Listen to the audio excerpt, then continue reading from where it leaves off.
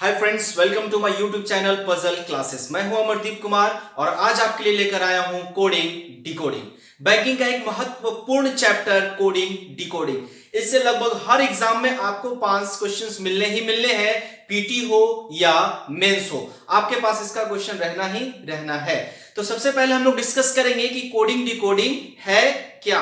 But उससे पहले अगर अभी तक आपने मेरे चैनल को सब्सक्राइब नहीं किया है तो सबसे पहले मेरे चैनल को सब्सक्राइब करेंगे और बेल आइकन को प्रेस करना ना भूलें ताकि आपको मेरे अगले वीडियो का नोटिफिकेशन मिलता रहे। तो चलिए स्टार्ट करते हैं कोडिंग डिकोडिंग। तो सबसे पहले हम लोग समझेंगे कि कोडिंग डिकोडिंग है क्या। अगर आपको याद होगा तो जब शुरुआत में व्हाट्सएप आया था, ठीक है, शुरुआत में जब व्हाट्सएप आया था तो हम लोग किसी को अगर गुड मॉर्निंग बोलना होता था, गुड इवनिंग बोलना होता था, तो हम लोग एक मैसेज करते थे। क्या मैसेज करते थे बाबू? तो पूरा लिखते थे क्या? गुड मॉर्निंग, गुड मॉर्निंग, ऐसा उसको मैसेज कर देते थे, ठीक है।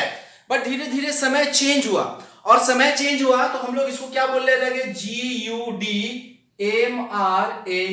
गुड मॉर्निंग, ऐसा बोलने लगे। कुछ दिनों के बाद ये और शॉर्टकट तरीके से आ गया, ऐसा आ गया गुड मॉर्निंग। बट अब और समय चेंज हो गया और हम लोग सिंपल अब क्या लिख देते हैं? GM, यानी कि गुड मॉर्निंग। बट अभी रीजनिंग में हम लोग कुछ और भी इसको लिख सकते हैं। तो रीजनिंग में इसको हम लोग लिख सकते हैं, क्या लिख सकते हैं? क्या 74 को गुड मॉर्निंग कह सकते हैं?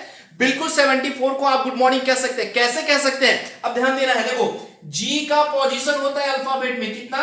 7। G का पोजीशन कितना होता है अल्फाबेट में? 7 होता है। और M का पोजीशन कितना होता है बाबू? 13 होता है।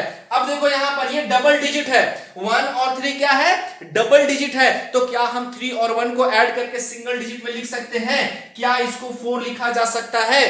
तो ये हो गया 7 और ये हो गया 4। यही तो है कोडिंग डिकोडिंग। गुड मॉर्निंग को आप 74 भी अगर कहते हैं तो भी वो गुड मॉर्निंग ही हुआ, ठीक है।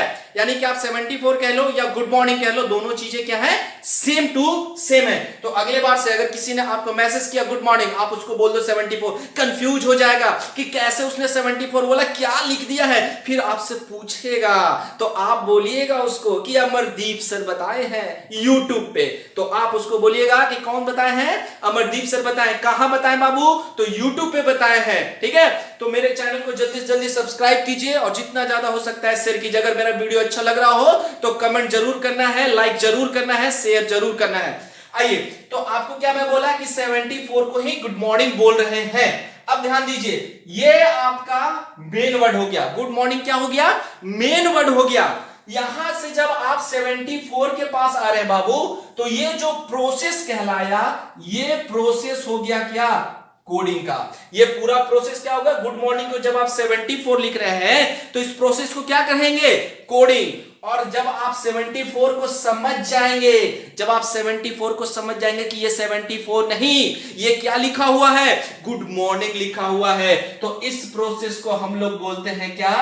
डिकोडिंग। एक चीज और, आप राजनीति का सीखते हैं, देखते होंगे, पॉलिटिक्स सीखते होंगे, तो पॉलिटिक्स में एक चीज होता है क्या? पप्पू। क्या बोलते हैं? पप्पू। और पप्पू किसको बोलते हैं? तो राहुल गांधी को। यही तो है कोडिंग डिकोडिंग। राहुल गांधी ना बोल करके आप पप्पू बोल दीजिए, वही हो गया कोडिंग डिकोडिंग। तो चलिए अब हम लोग सिलेबस को डिस्कस करेंगे।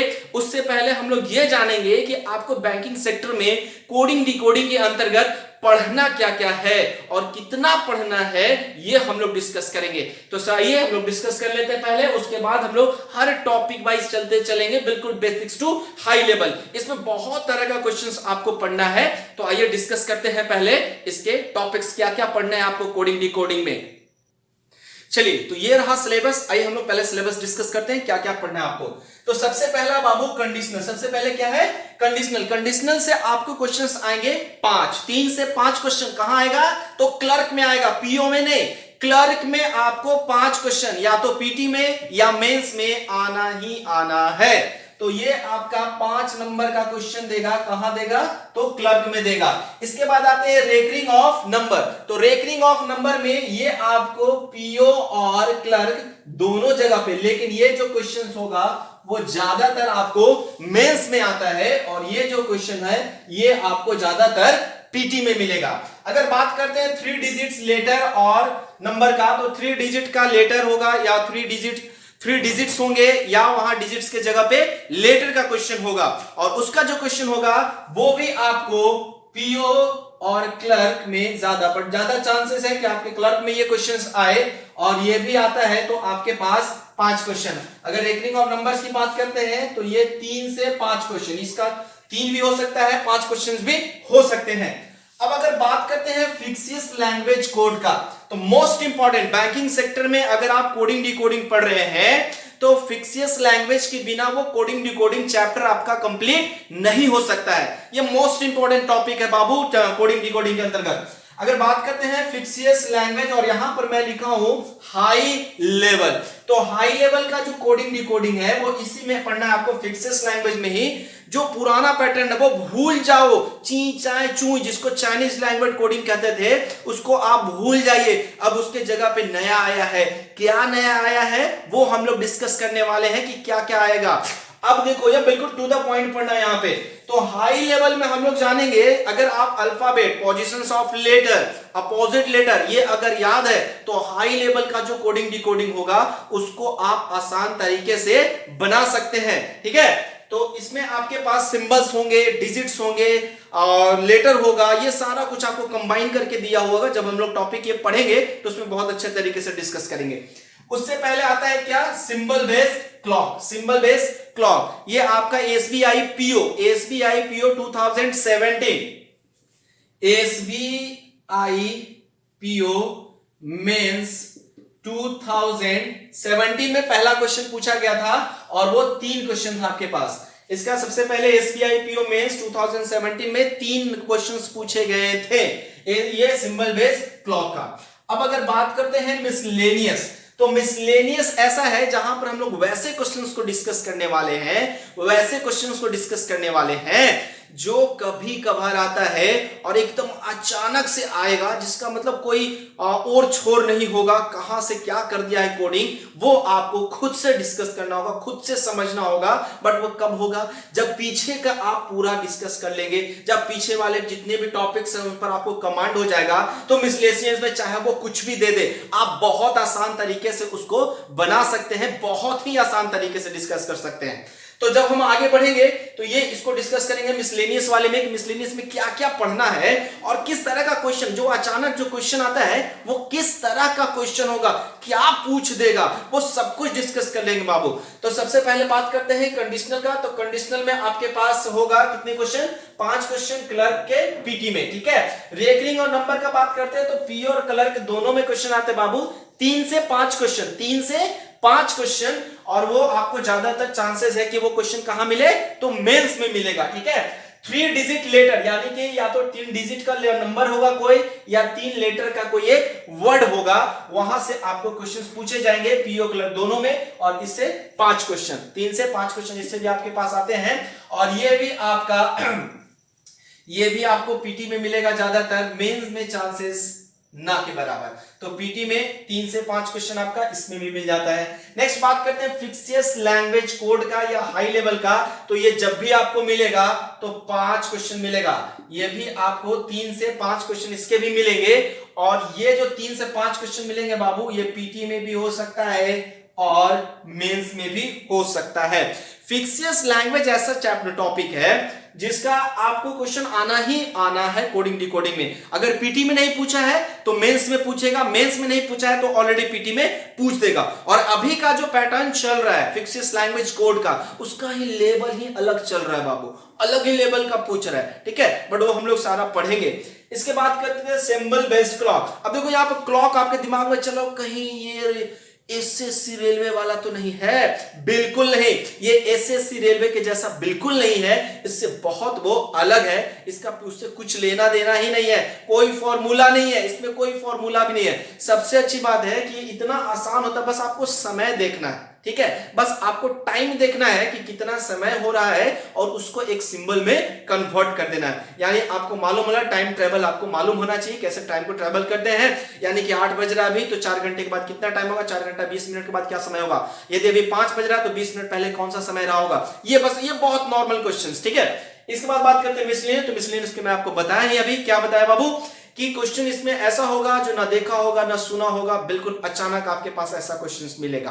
तो सबसे पहले हम लोग डिस्कस करने जा रहे हैं 3 डिजिट और लेटर वाला क्वेश्चन। सबसे पहले क्या डिस्कस करने वाले हैं, थ्री डिजिट और लेटर वाला क्वेश्चन, और उसके बाद हम लोग हर एक टॉपिक को बिल्कुल डिटेल एक्सप्लेनेशन के साथ डिस्कस करेंगे।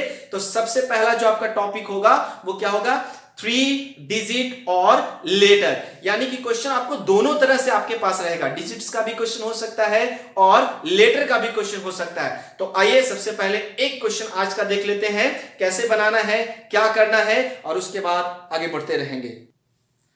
चलिए, तो ये रहा है आपका पहला क्वेश्चन। देखो इसमें क्या है, पहले आपके पास यहां पर 5 नंबर्स दिए गए हैं, ये 5 नंबर दिया हुआ है, इसी के बेसिस पे आपसे 4 से 5 क्वेश्चंस पूछे जाएंगे। हर क्वेश्चंस का रिलेशन आपको यहीं से लेना है। ऐसा नहीं कि पहला क्वेश्चन जब आप बना लिए तो दूसरे क्वेश्चन को भी पहले क्वेश्चन से रिलेट करना है, ऐसा बिल्कुल नहीं करना है। जब आप पहला क्वेश्चन सॉल्व कर लेंगे और जब दूसरे क्वेश्चन के पास जाएंगे तो फिर उस क्वेश्चन को पहले वाले क्वेश्चन से कोई रिलेशन नहीं होगा, फिर सेकंड वाला क्वेश्चन का रिलेशन कहां से होगा, यहीं से होगा।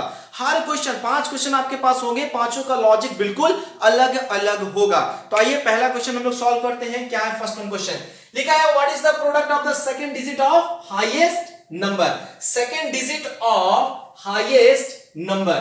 प्रोडक्ट पूछा है बाबू, क्या पूछा है, प्रोडक्ट पूछा है, प्रोडक्ट पूछा है, किसका प्रोडक्ट पूछा है, तो second digit of highest number. तो इसमें से आपके पास हाईएस्ट नंबर क्या है, हाईएस्ट नंबर ये है, क्लियर है। और हाईएस्ट नंबर में दूसरा डिजिट, सेकंड डिजिट बोला, हाईएस्ट नंबर का सेकंड डिजिट यानी क्या, 1, ठीक है। और इसका क्या पूछा था, प्रोडक्ट, तो प्रोडक्ट कर लिए, क्लियर है।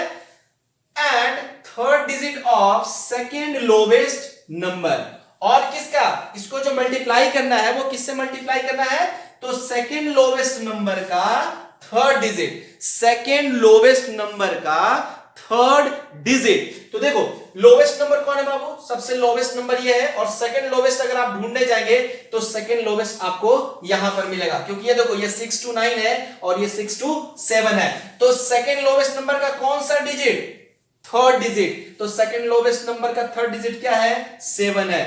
मल्टीप्लाई कर लीजिए और ये हुआ आपका आंसर, क्लियर है। क्या बोला गया था कि what is the product of second digit of highest and the third digit of the second lowest number.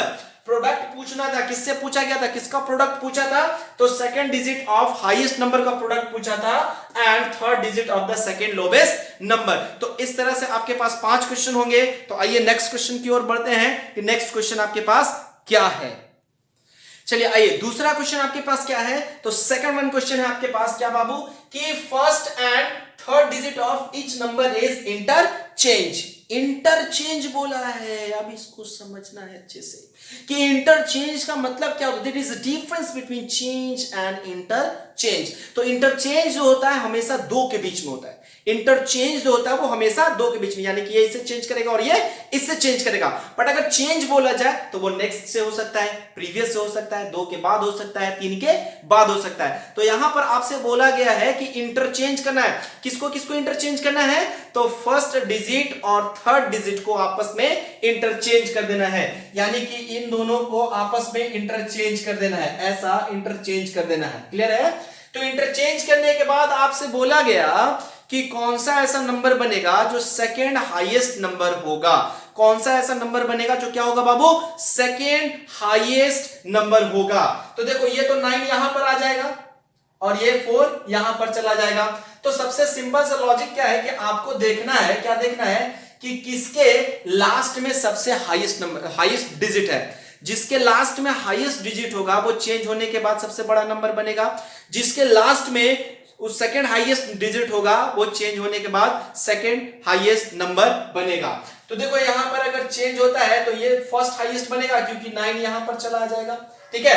अब इसके बाद आते हैं तो 9 के बाद क्या आना चाहिए आपके पास, 6 आना चाहिए, नहीं यहां पर ये 3 हो जाएगा, तो ये आपका बनेगा सेकेंड हाईएस्ट नंबर क्योंकि 7 उठकर यहां चला जाएगा। तो 9 के बाद 7 यानी कि जो सेकेंड हाईएस्ट नंबर बनेगा वो कौन बनेगा, तो 6 to 7, इसको चेंज करेंगे तो 7 to 6 होगा, और 6 to 9 को अगर चेंज करते हैं तो 9 to 6 हो जाएगा। तो ये आपका हाईएस्ट नंबर बना और ये आपका सेकेंड हाईएस्ट नंबर बना। आप ध्यान दीजिएगा ऑप्शन में 7 to 6 नहीं होगा आपके पास, ऑप्शन में 7 to 6 नहीं होगा, तो ऊपर में जो नंबर दिया गया यानी कि 6 2 7 वही आपके पास ऑप्शन में गिवन होगा। तो आपका जो करेक्ट ऑप्शन में जो आप ढूंढेंगे वो 7 to 6 ना करके 6 to 7 ढूंढेंगे। क्लियर है यहां तक? चलिए तो अब आते हैं नेक्स्ट क्वेश्चन। चलिए तो नेक्स्ट हमारा क्वेश्चन है, क्या क्वेश्चन है बाबू, कि if 1 is added to each even digit, अगर एक जोड़ दिया जाता है, कहां जोड़ दिया जाता है, प्रत्येक सम अंकों में जोड़ दिया जाता है, एवरी इवन डिजिट में 1 ऐड कर दिया जाता है। ठीक है, तो ऐड कर लीजिए 1, तो ये हो जाएगा 4 का 5 हो जाएगा, ये 3 हो जाएगा, ये 3 हो जाएगा, 7 3 9 हो जाएगा, 9 1 5 हो जाएगा, 9 7 3 हो जाएगा, 7 3 7 हो जाएगा। इसके बाद क्या बोला गया कि अगर आप हर इवन डिजिट में 1 को ऐड कर देते हैं तो उसके बाद आप बताइए कि कौन सा ऐसा नंबर होगा, कितने ऐसे नंबर्स होंगे जो 3 से डिविजिबल होंगे, कितने ऐसे नंबर्स होंगे, then how many numbers will be divisible by 3, how many numbers will be divisible by 3, तो कितने ऐसे नंबर बनेंगे जो 3 से डिविजिबल होंगे। अब इसके लिए आपके पास 3 का डिविजिबिलिटी मालूम होना चाहिए। क्या होता है 3 का डिविजिबिलिटी? तो 3 का डिविजिबिलिटी कहता है कि sum of number is divisible by 3 then the whole number is divisible by 3। अगर सम ऑफ नंबर, अगर नंबर में जितने भी डिजिट हैं उनका सम, नंबर में जितने भी डिजिट हैं अगर उनका सम अगर 3 से डिविजिबल है तो वो पूरा का पूरा नंबर जो है वो 3 से डिविजिबल है। तो देख लीजिए कितने ऐसे नंबर्स हैं, तो 5 3 8 3 11, तो ये तो होगा नहीं डिविजिबल। अब यहां पर 7 3 10 1 19, तो ये भी खत्म हो गया, 9 1 10 5 15, ये डिविजिबल है क्योंकि इसका सम कितना आ रहा है बाबू, 15 आ रहा है, तो ये आपका डिविजिबल है। ये 7 3 9 19, ये डिविजिबल नहीं होगा। यहां आते हैं तो ये 17, यानी कि ये भी डिविजिबल नहीं है। तो कितना ऐसा आपको नंबर मिला जो 3 से डिविजिबल है? तो एक ऐसा नंबर मिला, कौन सा नंबर मिला, 914, ये ऐसा नंबर मिल रहा है जो 3 से डिविजिबल है। लेकिन आपसे नंबर नहीं पूछा था, आपसे पूछा था कि कितने ऐसे नंबर्स हैं जो 3 से डिविजिबल है। तो आपके पास कितना ऐसा नंबर है, तो एक ऐसा नंबर है जो 3 से डिविजिबल है, यानी कि अब आप ऑप्शन में ढूंढेंगे कि 1 कहां लिखा गया है, जहां 1 मिलेगा वहीं पर आपका आंसर हो जाएगा। तो चलिए आज की वीडियो में इतना ही रहने देते हैं। अगर अभी तक आप मेरे चैनल को सब्सक्राइब नहीं किए हैं तो सबसे पहले चैनल को सब्सक्राइब कीजिए, बेल आइकन को प्रेस कीजिए। अगर वीडियो अच्छा लगा हो तो कमेंट जरूर करना है, और जितना ज्यादा लोगों के बीच में शेयर कर सकते हैं शेयर कीजिए। सबको लाइक करने के लिए बोलिए, सब्सक्राइब करने के लिए बोलिए, और वीडियो ऐसे ही चलता रहेगा। तो नेक्स्ट क्लास में हम लोग मिलते हैं, इसी से 2 से 4 क्वेश्चन और करेंगे इसमें, और इसके बाद आपका स्टार्ट करेंगे क्या, कंडीशनल। तो नेक्स्ट क्लास जो आपका होगा वो कंडीशनल का होगा, बट उससे पहले हम लोग इसमें कुछ और क्वेश्चन करेंगे। अभी तो डिजिट वाला ही पढ़े हैं, लेटर वाला बचा हुआ है, तो वो भी क्वेश्चन करेंगे। तो मिलते हैं नेक्स्ट क्लास में, आज के लिए इतना ही रहने देते हैं। That's all, thank you Babu.